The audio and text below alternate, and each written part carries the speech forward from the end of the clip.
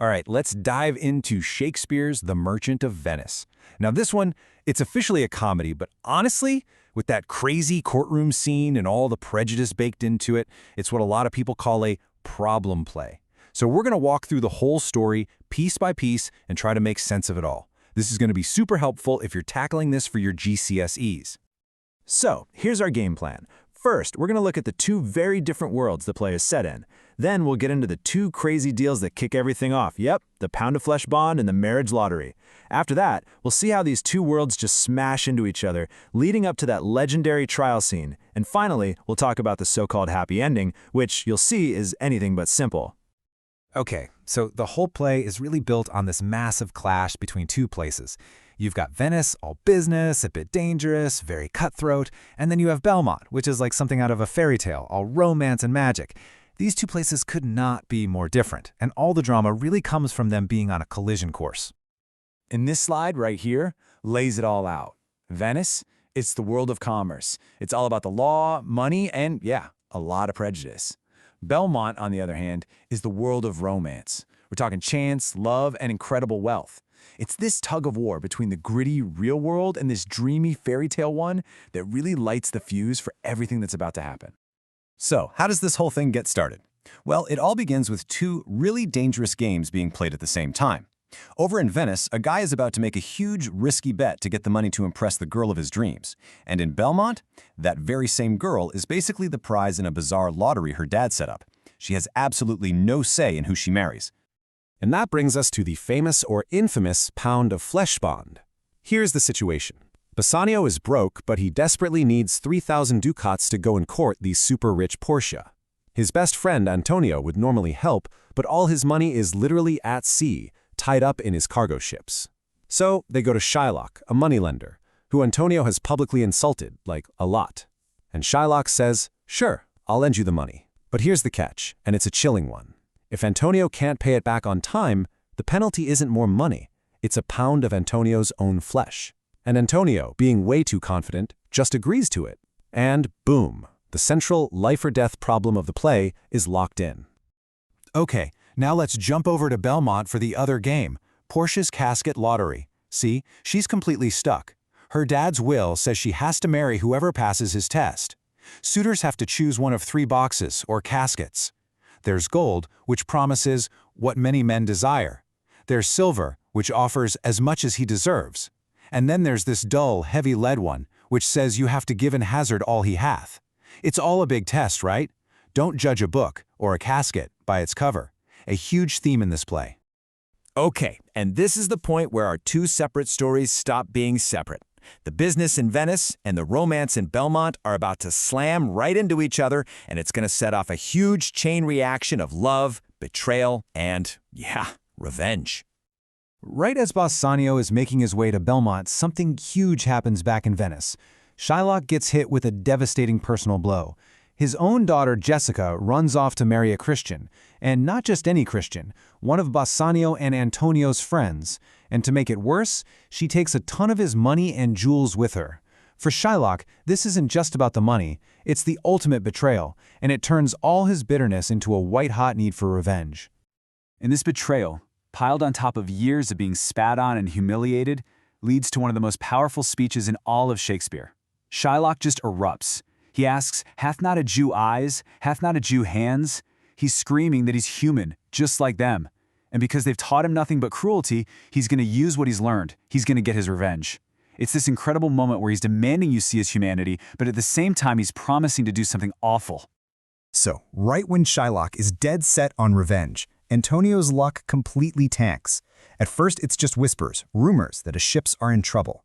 Then, the bad news is confirmed. His fleet is gone. The deadline for the loan, 3 months, is up. Antonio is broke. Shylock doesn't hesitate. He has Antonio arrested. That horrible, unthinkable bond, it's no longer a threat. It's happening. At the exact same time over in Belmont, we get this moment of pure joy. Bassanio picks the plain lead casket, the right one. He proves he isn't just after her money, and he wins Portia. It feels like a perfect fairy tale ending. But just for a second, because then a letter arrives from Venice. The celebration stops dead. The news about Antonio hits them like a thunderbolt. The two worlds haven't just collided, they've crashed. And that brings us to the climax of the entire play, the trial. We're in a courtroom in Venice. Antonio's life is literally on the line, and everything boils down to one question. Are we about to see justice or just pure, cold-blooded revenge? Bassanio gets back to Venice as fast as he can, and he offers Shylock 6,000 ducats, that's double what they owed, to just drop it and save Antonio. But Shylock flat out refuses. It's not about the money anymore, not even close. He doesn't want cash, he wants what the contract says he's owed, a pound of Antonio's flesh. And just when it looks like it's all over for Antonio, this young, brilliant lawyer nobody's ever heard of shows up. His name is Balthazar. But of course, it's not a he at all. It's Portia, in disguise. She gives this incredible speech about how the quality of mercy is not strained, basically begging Shylock to show mercy, to be bigger than the letter of the law. But Shylock's not having it. He just wants the law. He wants his bond. This is where the tension just goes through the roof, because for a terrifying moment, Portia seems to agree with Shylock. She looks at the contract and says, yep, the law is clear. The bond is valid. She tells the court that Shylock is legally entitled to his pound of flesh. You can just imagine the feeling in that room. It looks like it's really over. But then comes the genius twist. Portia stops him. She says, hold on, the bond gives you a pound of flesh. That's true. But, she points out, it says nothing about blood.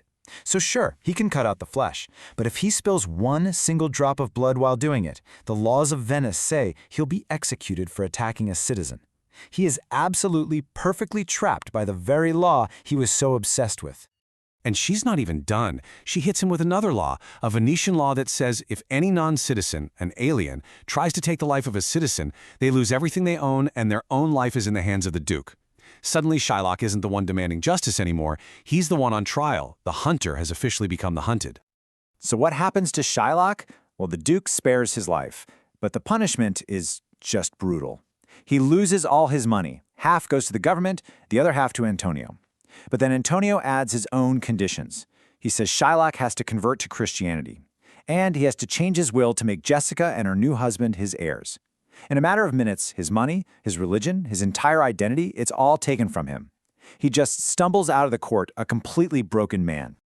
And with that, we leave the darkness of the courtroom and head back to sunny Belmont for the final act. The tone shifts back to being a romantic comedy, but you can't just forget what happened in Venice. It casts this long, dark shadow over everything. We're headed for a happy ending, but it's only happy for some. So, to lighten the mood, we get this funny little subplot. Turns out, back in Venice, Portia and her maid Nerissa, still dressed up as the lawyer and his clerk, managed to trick their husbands into giving them their wedding rings as payment. So now, back in Belmont, they pretend to be furious, accusing them of giving the rings away to other women. It's all a big joke, of course, and when they finally reveal the truth, it just goes to show who's really the smartest one in these relationships. And this slide really gets to the heart of why we call this a problem play. Just look at how things end up. For the Christian characters, it's a fairy tale ending. The couples are happy, Antonio's ships miraculously come back, everyone gets rich.